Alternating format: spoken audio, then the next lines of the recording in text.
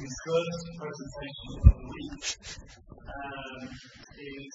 is it Dr. John Mckerrell? Not yet, no. Not yet. You do sometimes use so you're not a doctor.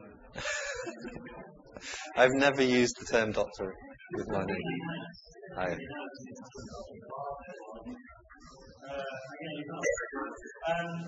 John Mckerrell.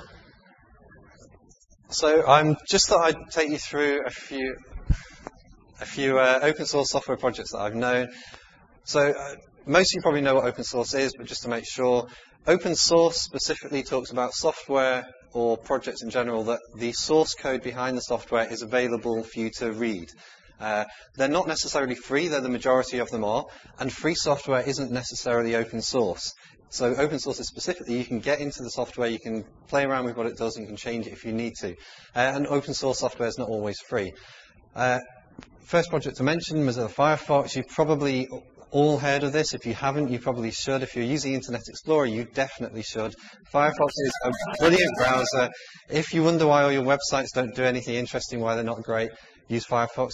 WebKit and Safari is a browser from Apple. They actually made the software for that free as well, WebKit. That's now being used in Google Chrome and actually on various mobile web browsers.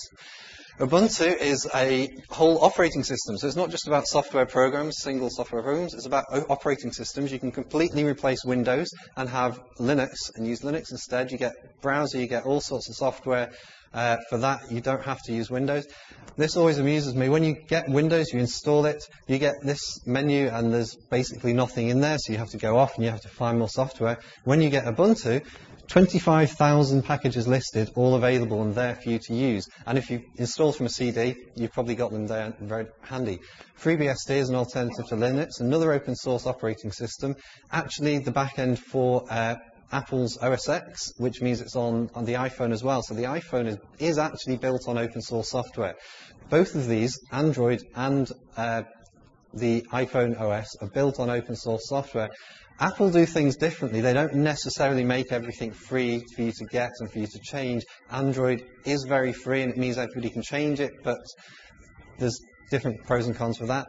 Open source software powers the internet. The majority of servers on the internet will probably have one of these packages, if not most of them, installed. So your web servers, your mail, everything you use is using open source software.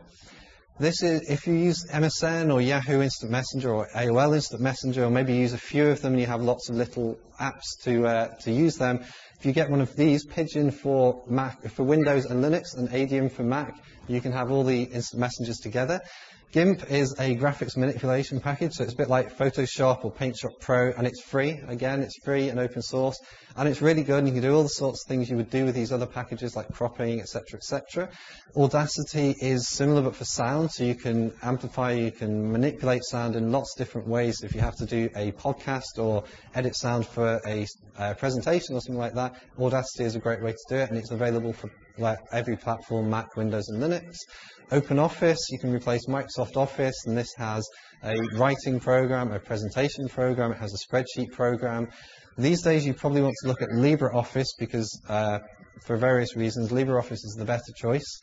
WordPress, if you want to do a website, you can use WordPress. It's a great package. It will give you a blog if you want to do a blog, but you can also do page-based websites. You can do most sorts of websites with this, and there's loads of people using it, including my blog. This is supposed to rotate with lots of websites, but anyway. Wikipedia, I'm sure you all know Wikipedia, the online encyclopedia that anybody can edit, is built on MediaWiki. So the software behind Wikipedia is free and open source. You can take it, you can have a wiki on maybe on your corporate intranet, so lots of people in your company can use it. OpenStreetMap is another data project similar to Wikipedia in that it's a map that anybody can edit. So if you look at the map and you find the road name is wrong, you can go in and you can edit it. And actually all the source code behind that is free as well. You should open source stuff you do. If you're making software, which the majority of you probably aren't, but if you are making software, it's really good if you come up with a clever little way of doing something, open source it, and everybody can get the benefit from that. Even if you're doing other content like writing or whatever, you can open source that as well. I do this. I open source iFreeThePostcode, which was my first iPhone project. OpenStreetView is another data project supposed to be an open way of doing Google Street View. And I open source the code behind that, hoping that lots of people will get involved. GitHub is a great place to put your code. So you've written this wonderful application, you want people to use it and to hack on it and to work on it, put it on GitHub, and then anybody can just get access to it really easily and then can feed changes back to you if you want that to happen. Tor is a very important one. All around the world, people are trying to get on the internet, and quite often their government doesn't let them. Tor will let you offer a service that anybody can get on the internet via you, and they go via lots of other servers, like on that diagram, and it means it's anonymous internet for everybody. Thank you.